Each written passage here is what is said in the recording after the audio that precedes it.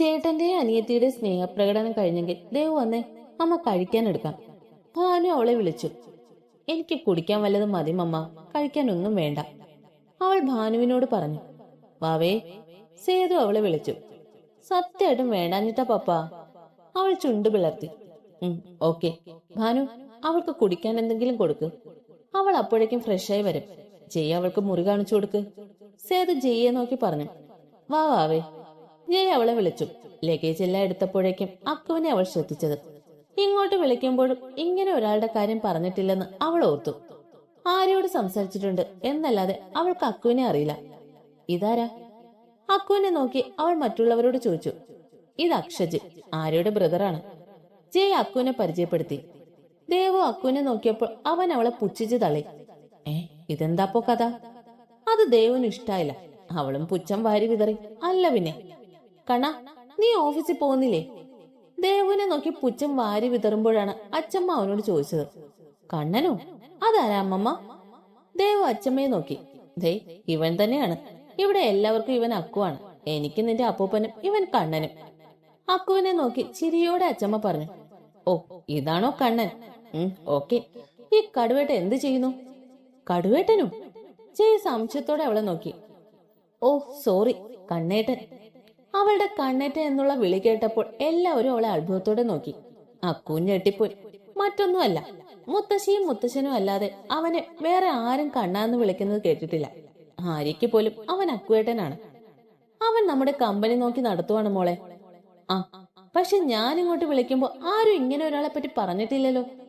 ദേവു സംശയത്തോടെ അവരെ നോക്കി. ചോദിക്കണം, ചോദിച്ചാലേ പറയൂ, അക്കു അവളോട് പറഞ്ഞു. എനിക്കറിയില്ലല്ലോ ഇങ്ങനെ ഒരു കടുവ അല്ല കണ്ണ ഇവിടെ ഉണ്ടെന്ന്. അറിഞ്ഞിരുന്നെങ്കിൽ സത്യമായും ചോദിച്ചിരുന്നനെ. അവൾ കൈകൾ മലർത്തിക്കൊണ്ട് പറഞ്ഞപ്പോ എല്ലാവരും ചിരിച്ചു. അക്കു അവളെ നോക്കി കണ്ണുരുട്ടി. മതിയടി, വന്ന് കേറിയല്ലേ ഉള്ളൂ, അതിനു മുന്നേ വഴക്കിടാതെ ഫ്രഷായിട്ട് വാ, സേതു അവളോട് പറഞ്ഞു. ചെയ്, അവൾക്ക് മുറി കാണിച്ചു കൊടുക്ക്, ഭാനു അവനോട് പറഞ്ഞു. ദേവു അവരെയെല്ലാം ഒന്ന് നോക്കി മുകളിലേക്കുള്ള സ്റ്റെപ്പ് കയറി. നിന്റെ പെങ്ങൾ വന്ന് കേറിയത് എന്റെ നെഞ്ചത്തോട്ടാണല്ലോടാ. അക്കു ജയെ നോക്കി പല്ല് കടിച്ചു. സോറി, അവൾ ചുമ്മാ. ഞാൻ വെറുതെ പറഞ്ഞതല്ലേ, നീ പറഞ്ഞപ്പോ ഞാൻ ഇത്രയും കരുതിയില്ല. അക്കു ചിരിച്ചുകൊണ്ട് അവനോട് പറഞ്ഞു. ഇനി എന്തൊക്കെ കാണാൻ കിടക്കുന്നു. ജയ് ചിരിച്ചുകൊണ്ട് ദേവുവിന്റെ അടുത്തേക്ക് പോയി. അക്കു ഓഫീസിലേക്കും. ജയ് ചെന്ന് ദേവുവിന് മുറി കാണിച്ചു കൊടുത്തു. എങ്ങനെയുണ്ട്, ഇഷ്ടായോ മുറി? മുറിയിലൂടെ കണ്ണോടിക്കുന്ന ദേവുവിനോട് ജയ് ചോദിച്ചു. കൊള്ളാം. അവൾ അവളുടെ കയ്യിലെ ബാഗ് ബെഡിൽ വെച്ചു. ആരോടും വന്നോ? ബെഡിൽ ഇരുന്ന് ജയ് ചോദിച്ചു. പറഞ്ഞ പോലെ അവളുടെ കാര്യം ഞാൻ മറന്നു. അവളും വന്നിട്ടുണ്ട്, വീട്ടിൽ പറഞ്ഞിട്ടില്ല, സർപ്രൈസ് ആണ്, ദേവു ഇളിച്ചുകൊണ്ട് ജയ്യോട് പറഞ്ഞു. പെട്ടെന്ന് അവളുടെ ഫോൺ റിംഗ് ചെയ്തു. റിംഗ് ടോൺ കേട്ട ജയ് അവളെ ഒന്ന് നോക്കി. അവന്റെ നോട്ടം കണ്ടപ്പോ അവൾ നന്നായി ഒന്ന് ഇളിച്ചു കാണിച്ചു. ആരോടാണ്? അവൾ ഫോണിലേക്ക് നോക്കിക്കൊണ്ട് പറഞ്ഞു. കോൾ അറ്റൻഡ് ചെയ്ത് സ്പീക്കറിലിട്ട് അവൾ കൊണ്ടുവന്ന ലഗേജ് തുറന്നു. ജയ് മുറിവിട്ട് പോയിരുന്നു. പറയടി മോളെ, ദേവു പറഞ്ഞു. ഭയരപ്പാളി, അവളുടെ അമ്മൂമ്മയുടെ സർപ്രൈസ്. ആരോൺ കലിപ്പിലാണല്ലോ. അതെടി കൂതറെ, നിനക്കൊക്കെ പറഞ്ഞിട്ട് വന്നാ പോരടി എന്നും ചോദിച്ച് എന്റെ അപ്പനൊരു 4 ചാട്ടം. അപ്പൊ പിടിച്ച് കെട്ടിയിടണ്ടേ? ദേവു, ഒരുമാതിരി കൂതറ തമാശ പറയല്ലേ. എന്നെ അങ്ങനെ റബ്ബർ ഷീറ്റ് അടിക്കുന്നത് പോലെ അടിക്കാഞ്ഞത് ഭാഗ്യം. നീ പറഞ്ഞോ എന്റെ പ്ലാൻ ആയിരുന്നു എന്ന്? പറഞ്ഞടി, നിന്നെ നന്നായി ഒറ്റി. അങ്ങനെ ഇപ്പൊ എന്നെ മാത്രം പറയണ്ട. എന്തൊക്കെ പ്രതീക്ഷകളായിരുന്നു. കാണുമ്പോ കെട്ടിപ്പിടിക്കും, ഉമ്മ വയ്ക്കും. എന്റെ അമ്മച്ചി കുറ്റിച്ചൂലാണ് എടുത്തത്. വന്ന ഫ്ലൈറ്റിന് പാരീസിലോട്ട് തന്നെ പോയാല് എന്ന് വരെ കരുതി ഞാൻ. സാരല്ലടി, നിന്നെ അവര് വല്ലപ്പോഴും അല്ലേ കാണുന്നത്. നിനക്കത് പറയാൻ ആ കുറ്റിച്ചോല് കൊണ്ട് എന്നെ തല്ലിയിട്ട് എന്റെ മേലെ പാട് വീണ എന്റെ സൗന്ദര്യത്തിന് ഏൽക്കുന്ന ശാപം അല്ലേ അത്? നീ നന്നാവില്ല. നിനക്ക് കുറ്റിച്ചൂലല്ല വേണ്ടേ, ഞാൻ പറയുന്നില്ല. പോട്ടെ, ഇനിയിപ്പോ പാരീസിലോട്ട് ഒരു തിരിച്ചുപോക്കില്ലല്ലോ. ഇവിടെ വല്ലവനെയും കിട്ടുമോ എന്ന് നോക്കണം. എടി കോഴി, നിന്റെ അപ്പ റബ്ബർ ഷീറ്റ് അടിക്കുന്ന പോലെ അടിക്കാനുള്ള സമയം അടുത്തോണ്ടിരിക്കുന്നു. പോടി, പേടിപ്പിക്കാതെ. അല്ല അതൊക്കെ പോട്ടെ, നിന്റെ സർപ്രൈസ് അവിടെ ഏറ്റോ? ഏൽക്കാതെ പിന്നെ. ഞാൻ ഇങ്ങോട്ട് ആദ്യമായിട്ട് വരുന്നത് കൊണ്ട് ഒന്നും ഉണ്ടായില്ല. പപ്പയും അമ്മയും ഇച്ചയും കലിപ്പിട്ടു. അവരെ അമ്മമ്മ പൂട്ടി. എടി, ഇവിടെ ഒരു കടുവയുണ്ടെടി. കടുവയോ? എവിടെ? കൂട്ടിലാണോ? വന്നാ കാണാൻ ഒക്കുമോ? കൂട്ടിലല്ല, വീട്ടിലാണ്. ഇപ്പൊ ഓഫീസിൽ പോയി. കടുവ ഓഫീസിലേക്കോ? തെളിച്ച് പറയടി പുല്ലേ. അങ്കിളിന്റെ മോൻ. അതെന്നെ കണ്ടപ്പോ പുച്ഛിക്കുന്നു. ഞാൻ എന്തോ ചെയ്ത പോലെ ഞാനും പുച്ഛിച്ചു. അയാളൊന്ന് ചിരിച്ചു കണ്ടില്ല. മുഖം കനപ്പിച്ച് ഒറ്റ നിപ്പാണ്. ഞാൻ വന്നപ്പോ തൊട്ട്. എന്നിട്ട് അമ്മമ്മയും അപ്പൂപ്പനും അവനൊരു പേരും ഇട്ടിട്ടുണ്ട്, കണ്ണൻ. അക്ഷച്ചെന്നോ എന്തോ ആണ് നീ. ഞാൻ ആ കണ്ണനെ കടുവയാക്കി. പിന്നെ നമ്മുടെ സെയിം ഏജിലുള്ള ഒരാളും ഉണ്ട്, ഈ കടുവയുടെ സിസ്റ്റർ ആചാര്യ. എല്ലാവരും ആര്യ എന്ന് വിളിക്കുന്നത് കൊണ്ട് ഞാനും ആര്യ എന്ന് വിളിക്കും. ഓ ഐ സി. അപ്പൊ അങ്ങനെയാണ് കാര്യങ്ങൾ. യാ ബേബ്, ഞാനൊന്ന് ഫ്രഷ് ആവട്ടെ, പിന്നെ വിളിക്കാം. ഓക്കെ, ഞാൻ സമയം കിട്ടുമ്പോ അങ്ങോട്ട് വരാട്ടോ. Okay, miss you more. Dev phone cut ചെയ്ത് ടവലും എടുത്ത് ഫ്രഷ് ആവാൻ കയറി. അക്കു അവന്റെ ക്യാബിനിൽ ഇരുന്ന് കാര്യമായി എന്തോ ചെയ്യുകയാണ്. അപ്പോഴാണ് അവന്റെ ക്യാബിൻ ഡോർ തള്ളി തുറന്ന് ആരോ വന്നത്. ആഹാ, നീയോ? നീ എപ്പോഴാ ബാംഗ്ലൂരിൽ നിന്ന് വന്നേ? ആളെ കണ്ടതും വിടർന്ന കണ്ണുകളോടെ അക്കു ചോദിച്ചു. ഞാൻ ഇന്ന് പുലർച്ചെ നിന്നെ കാണണമെന്ന് തോന്നിയപ്പോ വീട്ടിലേക്ക് പോയി. അപ്പൊ നീ ഇവിടെയാണെന്ന് പറഞ്ഞു, അതുകൊണ്ട് നേരെ ഇങ്ങോട്ട് വന്നു. അക്കുവിന്റെ മുന്നിലുള്ള ചെയറിലിരുന്നു കൊണ്ട് അയാൾ പറഞ്ഞു. ആ അല്ലടാ, ആരാ വീട്ടിൽ വേറെ ആൾക്കാർ? ക്യൂട്ട് ഫേസ് ഒക്കെയുള്ള ഒരു സുന്ദരി കുട്ടിയൊക്കെ എവിടെന്ന് ചാടിച്ചുകൊണ്ട് വന്നതാടാ? അവന്റെ ചോദ്യം കേട്ടപ്പോ അക്കു അവനെ കലിപ്പിച്ചൊന്ന് നോക്കി. പോടാ നാറി. എടാ, അത് ആന്റിയും ഫാമിലിയാണ്. ഞാൻ പറഞ്ഞിട്ടില്ലേ നിന്നോട്, അമേരിക്കയിലുള്ള ആന്റിയും ഫാമിലി. ഓ, അവരെന്നാണ് വന്നത്? അവര് നീ ബാംഗ്ലൂർക്ക് പോയതിന്റെ 2ാമത്തെ ദിവസം. ആന്റി അങ്കിളും അവരുടെ മോനുമാണ് ആദ്യം വന്നത്. ഓ, അവരുടെ മോളാണോ ആ സുന്ദരിക്കുട്ടി? അവൾ ഇന്ന് രാവിലെയാണ് വന്നത്. അതെന്താ അങ്ങനെ? ആ പെണ്ണ് പാരീസിൽ എങ്ങാണ്ട് പഠിക്കുമായിരുന്നു പോലും. അപ്പൊ അവൾ അവളുടെ ക്ലാസ് കഴിഞ്ഞിട്ടാണ് വന്നത്. ആരുടെ പ്രായാവോല്ലേ? അവളുടെ ഏട്ടൻ ജയ് നമ്മുടെ പ്രായാണ്. ആഹാ, ജയ്. എന്താ അവന്റെ നെയിം? ധനഞ്ജയ്. അവന്റെ സിസ്റ്റർ ദേവാഗ്നിക. അല്ല, ഞാൻ വന്നപ്പോ തൊട്ട് ശ്രദ്ധിക്കുന്നു, എന്താണ് ഒരു കനം? ആ കുട്ടിപ്പിച്ചാച്ച് വന്നു കയറിയത് എന്റെ നെഞ്ചത്തോട്ടാണ്.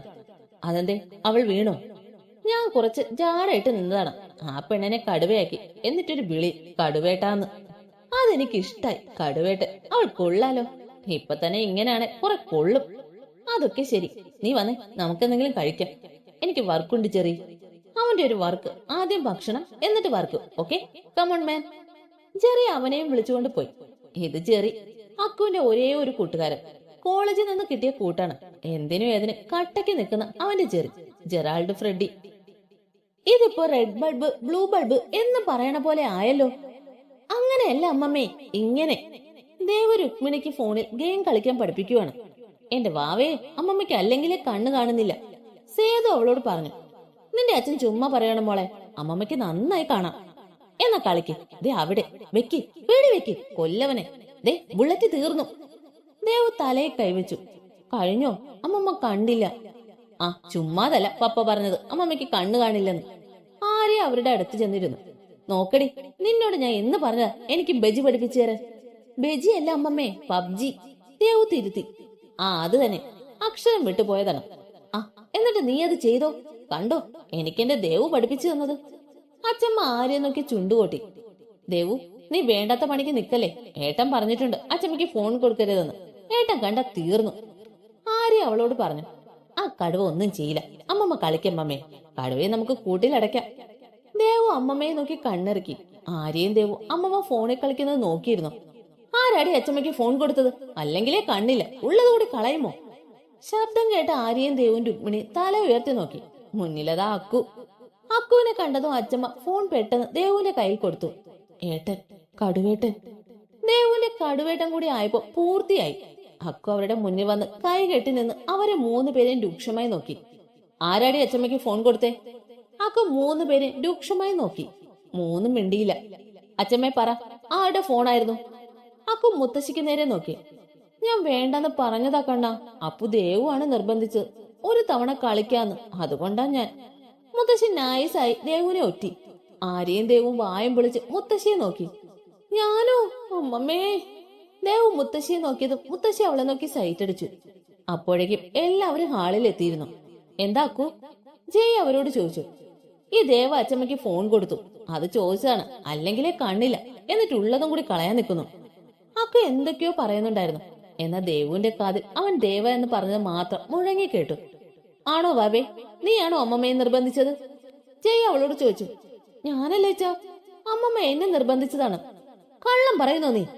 അക്കു അവളെ നോക്കി പേടിപ്പിച്ചു. സത്യമായിട്ടും കടുവേട്ടാ, അല്ല കടുവേട്ടാ, കണ്ണേട്ടാ, ദേവു ഇളിച്ചുകൊണ്ട് പറഞ്ഞപ്പോ അക്കു അവളെ കലിപ്പിച്ചു നോക്കി. ആരടി കടുവ? കുറെ നേരമായല്ലോ നീ തുടങ്ങിയിട്ട്. അക്കു അവളുടെ അടുത്തേക്ക് ചെന്നു. അയ്യോ, ഈ കടുവ എന്നെ കടിക്കുന്നേ. ആരെങ്കിലും ഇതിനെ കൂട്ടിലിട്ട് കുറച്ച് ഇറച്ചി കഷ്ണം കൊടുക്ക്, അല്ല എന്നെ തിന്നു. അയ്യോ. ദേവുവിന്റെ നിലവിളി കേട്ട് അവരെല്ലാം ചിരിച്ചു. അക്കുവിന്റെ ദേഷ്യം വന്നു. നിന്നെ എന്റെ കൈ കിട്ടുമടി വെള്ളപ്പിശാശേ. അവളെ നന്നായൊന്ന് നോക്കിക്കൊണ്ട് അവൻ പറഞ്ഞപ്പോ പെണ്ണ് പുച്ഛിച്ചു വിട്ടു. ഇവള് കുറെ വാങ്ങി കൂട്ടും. നിനക്കെന്താ വാവേ, വെറുതെ അവനെ ദേഷ്യം പിടിപ്പിക്കുന്നു. അക്കു പോയതും ജയ് അവളോട് ചോദിച്ചു. ഒരു രസം. ജയ് അവളെ നോക്കി ദീർഘശ്വാസം എടുത്തു. വാ ആര്യ, നമുക്ക് പുറത്തിറങ്ങാം. ദേവു ആര്യയും കൂട്ടി പുറത്തേക്ക് ഇറങ്ങി. ഇവിടെ കുളയില്ലേ ആര്യേ? പുറത്തിറങ്ങി ദേവു ചോദിച്ചു. ഉണ്ടടാ, വാ. ആര്യയും ദേവു കുളത്തിലേക്ക് നടന്നു. ഇതെല്ലാം ആദ്യമായിട്ട് കാണുന്നത് കൊണ്ട് ദേവുവിന് നല്ല കൗതുകമായിരുന്നു. കൊച്ചു കുഞ്ഞിന്റെ ആകാംക്ഷയോടെ അവൾ ഓരോന്നും ആരോട് ചോദിച്ചുകൊണ്ടിരുന്നു. ആര്യ മടുപ്പ് കാണിക്കാതെ അവൾക്ക് ഓരോന്നും പറഞ്ഞു കൊടുത്തു. കുറച്ചു സമയം കൊണ്ട് തന്നെ ആര്യയും ദേവും തമ്മിൽ നല്ലൊരു ബന്ധം ഉടലെടുത്തിരുന്നു. കുളപ്പടവിലേക്ക് ഇരുന്ന് ദേവ് കുളത്തിലേക്ക് കാലിട്ടു. തണുത്ത വെള്ളത്തിൽ അവളുടെ കാലുകൾ വെച്ചപ്പോ അവൾക്ക് കുളിര് കോരി. നിറഞ്ഞ ചിരിയോടെ അവൾ ആര്യയെ അവളുടെ അടുത്തേക്ക് വിളിച്ചു. ആര്യയും ചിരിച്ചുകൊണ്ട് അവളുടെ അടുത്തേക്ക് ചെന്നിരുന്നു. മീനുകൾ കാലിൽ വന്ന് ഇക്കിളി കൂട്ടുമ്പോ അവൾ പൊട്ടിച്ചിരിച്ചു. ഒത്തിരി ആസ്വദിക്കുന്നുണ്ടായിരുന്നു ദേവു അതെല്ലാം. ആര്യക്കറിയോ, പപ്പയും അമ്മയും പറഞ്ഞ് മാത്രമാണ് എനിക്ക് ഇച്ചയ്ക്കും ഇതെല്ലാം പരിചയം. ഒരിക്കലെങ്കിലും നേരിട്ട് കാണാൻ പറ്റിയിരുന്നെങ്കിലെന്ന് ഒരുപാട് കൊതിച്ചിട്ടുണ്ട്. ഇപ്പൊ ആഗ്രഹം സഫലമായി. ഇങ്ങോട്ട് വരാൻ ഒത്തിരി വൈകിപ്പോയെന്ന് തോന്നുന്നു. നല്ല അന്തരീക്ഷം, ഒരു പോസിറ്റീവ് വൈബ് ഫീൽ ചെയ്യുന്നു. നിറഞ്ഞ ചിരിയോടെ ദേവു പറയുന്നത് കേട്ടപ്പോ ആര്യ ചിരിയോടെ അവൾക്ക് കേട്ടിരുന്നു. Hi girls. ആരോ പുറകിൽ നിന്ന് പറഞ്ഞപ്പോ ആര്യയും ദേവും തിരിഞ്ഞു നോക്കി. ജെറിച്ചേട്ടായി, ആര്യ സന്തോഷത്തോടെ പറഞ്ഞു. ദേവു, ഇത് ജെറിച്ചേട്ടായി, ഏട്ടന്റെ ഫ്രണ്ടാണ്. ഇന്ന് രാവിലെ ഇങ്ങോട്ട് വന്നില്ലേ, നീ കണ്ടില്ലായിരുന്നോ? ഓ ഹായ്, ഐ എം ദേവാഗ്നിക. ദേവു ജെറിക്ക് നേരെ കൈനീട്ടി. ജെറാൾഡ്. ജെറി അവളുടെ കൈയിലേക്ക് കൈ ചേർത്തു. ചേട്ടായി എന്നാ ബാംഗ്ലൂരിൽ നിന്ന് വന്നേ? ആര്യ ചോദിച്ചു. ഞാൻ ഇന്ന് രാവിലെ. ആ, ദേവു അങ്ങനെ വിളിക്കാലോ അല്ലേ? ജെറി ചോദിച്ചപ്പോ ദേവു തലയാട്ടി. വിദേശത്ത് പഠിച്ചു വളർന്നത് കൊണ്ട് ദേവുന് മലയാളം അറിയില്ലായിരിക്കും അല്ലേ? അറിയില്ല, ദേവു മറുപടി പറഞ്ഞു. ഒട്ടും അറിയില്ല? ഇല്ല, ഒട്ടും അറിയില്ല. അയ്യോ, അപ്പൊ നിങ്ങൾ വീട്ടിൽ ഇംഗ്ലീഷ് ആണോ സംസാരിക്കാറ്? ആ ചേട്ടായി ഇടയ്ക്ക് മലയാളം പറയും. ഓ, അപ്പൊ മലയാളം മനസ്സിലാവും അല്ലേ? മനസ്സിലാവും. അപ്പൊ ഞാൻ പറയാം. അല്ല, നീ ഇത്രയും നേരം പറഞ്ഞത് മലയാളം അല്ലേ? ചെറിയ അന്തം വിട്ട് അവളോട് ചോദിച്ചു. ചേട്ടായിക്ക് മനസ്സിലായില്ലേ? ഇളിച്ചുകൊണ്ട് ദേവു ചോദിച്ചു. ആര്യേ, ഇവള് മലയാളം പറയുന്നു, നീ എന്താ ഞെട്ടാത്തത്? ജെറി ആര്യക്ക് നേരെ തിരിഞ്ഞു. ഞാനെന്തിനാ ഞെട്ടുന്നത്? എനിക്കറിയാം. ഓഹോ, അപ്പൊ രണ്ടും കൂടി എന്നെ ആക്കിയതാണല്ലേ? ചെറു ദേഷ്യത്തോടെ അവരെ നോക്കി. ഇതൊക്കെയല്ലേ ചേട്ടായി ഈ തമാശ? ദേവ് കണ്ണിറക്കിക്കൊണ്ട് പറഞ്ഞപ്പോ ജെറി ചിരിച്ചു. ഞാൻ കരുതി അമേരിക്കയിലൊക്കെ ജനിച്ചു വളർന്നത് കൊണ്ട് ദേവ് മലയാളം സംസാരിക്കില്ലെന്ന്. ഇതിപ്പോ ഞങ്ങളെയൊക്കെ നന്നായി പറയുന്നുണ്ട്. ഞങ്ങൾ വീട്ടിൽ മലയാളമാണ് സംസാരിക്കാറുള്ളത്. പിന്നെ എനിക്ക് മലയാളം എഴുതാൻ അറിയില്ല, അത്ര മാത്രം. ദേവ് പറഞ്ഞപ്പോ ജെറി ചിരിച്ചു. അല്ല ചേട്ടായി, ഞങ്ങൾ ഇവിടെ ഉണ്ടെന്ന് ചേട്ടായിക്ക് എങ്ങനെ മനസ്സിലായി? ആര്യ ചോദിച്ചു. ഞാൻ വീട്ടിലേക്ക് വരുമ്പോ നിങ്ങൾ രണ്ടും ഇങ്ങോട്ട് വരുന്നത് കണ്ടു. എന്നാ പിന്നെ നിങ്ങളെ കണ്ടിട്ട് വീട്ടിലേക്ക് പോകാന്ന് കരുതി. ആ, എന്നാ വാ പോവാ. വാ ദേവു. ആര്യയും ദേവും ജെറിയും കൂടി വീട്ടിലേക്ക് നടന്നു. വാ ജെറി. ജെറിയെ കണ്ടു വേണു അകത്തേക്ക് വിളിച്ചു. ഇത് ജെറി, അക്കുവിന്റെ ഫ്രണ്ടാണ്. വേണു ജെറിയെ സേതുവിനും ഭാനുവിനും പരിചയപ്പെടുത്തി. അങ്ങോട്ട് ജയ് വന്നു. ഹായ് ധനഞ്ജയ്. ജയ് അവന് കൈ കൊടുത്തു. ജെറിയെ അവനെ പരിചയപ്പെട്ടു. വാവേ, ഇച്ചയുടെ ഫോൺ ഒന്ന് എടുത്തിട്ട് വാടാ. ആ.